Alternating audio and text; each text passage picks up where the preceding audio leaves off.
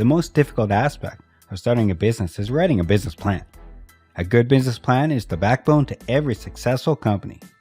It lays out a detailed strategy for how you will achieve your goals, and it ensures you that the roadmap for success when starting your venture. A well-written business plan can help you visualize your future, stay focused on your goals, and give others in the industry a transparent look at your vision. A well-written business plan is essential for any entrepreneur with an idea and ambition. In this video, we will cover step-by-step guide on how to write a business plan. Step 1. Executive Summary. The executive summary is the first section of your business plan and sets the tone for what will be discussed. It should cover who you are, any research done on your market, and what you want to accomplish. The exclusive summary should be concise and persuasive, so it can get the reader's attention. It should be no more than 2 pages in length and write it last. The executive summary includes short information about company overview, business objectives and strategy, key risks and opportunity, executive summary highlights. Step 2. Business description and overview. The business description should include the company's name, business structure, location, and any relevant background information about its founders or owners. The description should also include the types of service or products offered by the company, as well as any special features that make it stand out. Providing an overview of the company's history, mission statement, and goals or objectives is also recommended. Step 3. Target market audience. A business plan will not succeed without understanding the target market. This description of your market is what you'll need to know to create a marketing plan that aligns with the needs of your desired customers. The more specific you can be about your target market, the better chance of success you will have. Define the audience and target market for your business. What type of product do you want to sell? Who is your target customer? Write down as many details as you can before focusing on the other sections. Step 4. Competitive analysis. A good competitive analysis should be done before starting any new business project. It's important to know what your competitors are doing and how they're doing it. You should know the strengths and weaknesses of your competitors in order to create a strategic plan for how to best compete with them in the marketplace. A competitive analysis will help you identify your competitors and their strengths and weaknesses. This is an important part of business plan because it will give you a good understanding of what you're up against. Your marketing strategy may need to be tailored to take into consideration how your competitors are doing to try to steal your market share. You need to research your competitor to find out what they're doing well and what you can do better. You can also use an outside perspective to see if there's any gaps in the market that could be filled by your business. Step 5. Marketing strategies. When it comes to marketing, you need to keep in mind there are 3 main types: integrated, direct, and word of mouth. Integrated marketing is a combination of traditional and digital techniques.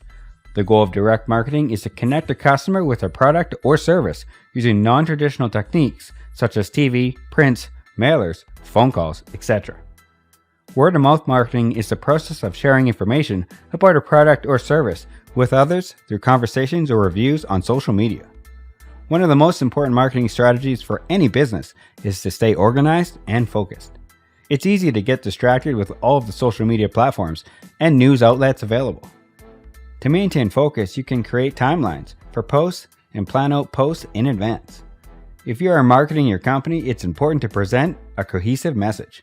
One of the most popular ways to do this is by using a tagline. A good tagline will capture the essence of what you're trying to sell or do. It should also be memorable and brief. Step 6. Production and operations. Production and operation is a big part of any business. If you're going to have a sustainable company, you need to have a process for getting the product made and distribute it to your customers. There are 2 main types of manufacturing: mass production and craft-oriented production. Mass production generally relies on a few standard steps that go into making a product, while craft-oriented production typically emphasizes craftsmanship and detailed artwork. Planning out your production and operations is an important part of creating a business plan. You must determine what materials you will need, where to get them, and how much they will cost, and how you're going to store them. Once the production process starts, all you have to do is figure out how to keep up with demand without running out of inventory or waste anything that can't be used. Step 7. Operations budget. The operation budget is one of the most important parts of your business plan. This section details how much money you'll need to keep your business running. You want to make sure that there are enough funds to cover all the expenses, such as supplies, personal, and marketing. How much money you will need to cover your expense and to maintain a healthy cash flow. Do you foresee any changes in your business that would affect this? An operation budget can help you predict the future so that you can plan ahead for how best to spend the money.